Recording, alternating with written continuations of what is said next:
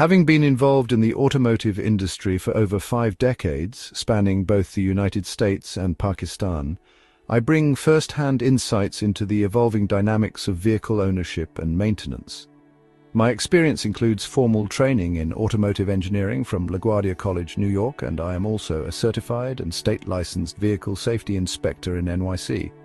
Today, I wish to highlight a pressing concern: the declining practicality of owning and maintaining turbocharged internal combustion engine vehicles in developing nations like Pakistan compared to developed regions such as the United States or Europe. The reasons for this disparity are multifaceted, and I outline several of the most critical below. Fuel quality and storage practices. In the United States, regulatory standards for fuel quality are strictly enforced. During my time operating a fuel station in New York City, I was mandated to conduct daily checks for sludge, a mix of mud, rust, and water, in the underground storage tanks. The suction pipes were deliberately placed 3 inches above the tank bottom to prevent sludge from entering vehicle fuel systems. If sludge levels exceeded 1.5 inches, as verified using a chemical dipstick, I was required to engage licensed vendors for tank cleaning. This maintenance was typically performed monthly at significant operational cost, but was necessary to comply with city regulations and maintain fuel purity. In contrast, many fuel stations in Pakistan neglect this critical maintenance, often offloading the responsibility and cost to the consumer. Fuel delivery is typically continued even during active tanker refueling, an action prohibited in developed markets as the turbulent inflow pushes settled sludge into consumer vehicles.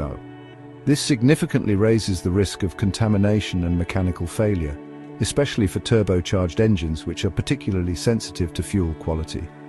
Octane integrity and mislabeling. In high-performance turbocharged internal combustion engine vehicles, the minimum required octane rating is typically 95 or higher. In the United States, the sale of substandard or mislabeled fuel is a serious offense enforced by routine government inspections and severe penalties, including business closures. During my tenure, we were bound to ensure the advertised octane rating precisely matched the product delivered. In Pakistan, however, the enforcement of octane standards is either absent or ineffective. Based on my technical expertise and direct observation, the so-called high-octane fuel available at most stations is often significantly below 90 octane. There are no accessible laboratories for public octane verification. I personally witnessed a high-value turbocharged vehicle being refueled with this subpar fuel during an active tanker discharge, a practice that poses immediate risks to engine integrity. When I informed the vehicle owner, he appreciated the guidance and acknowledged the lack of awareness surrounding such practices. Technical expertise and diagnostic capability. Modern internal combustion engine vehicles rely heavily on electronic control units and onboard diagnostic systems. Servicing these systems requires technically trained personnel and advanced diagnostic equipment. In developed countries, workshops and dealership service centers are required to employ certified technicians proficient in interpreting diagnostic data and interfacing with vehicle modules. Unfortunately, in Pakistan, qualified automotive technicians are scarce, and diagnostic practices often fall short of global standards. Even authorized dealerships may employ underqualified mechanics. This is further complicated by a cultural tendency for vehicle owners to delegate technical checkups to untrained drivers or chauffeurs, many of whom are unable to interpret dashboard warnings or follow vehicle manuals. As a result, critical maintenance and repair procedures are frequently mishandled, leading to premature vehicle failures. Conclusion: strategic recommendation. Given these systemic challenges ranging from poor fuel quality and regulatory gaps to insufficient technical infrastructure, it is increasingly impractical to maintain turbocharged internal combustion engine vehicles in underdeveloped markets.